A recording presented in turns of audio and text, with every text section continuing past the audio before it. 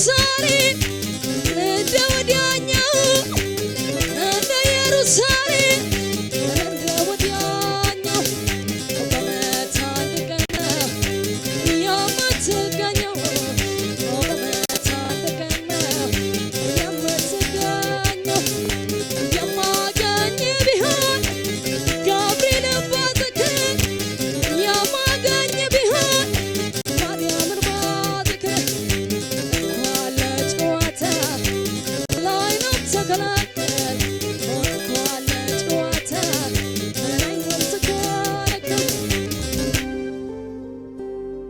ጥሩ ነው። ጥሩ እየተጫወትሽ ነው።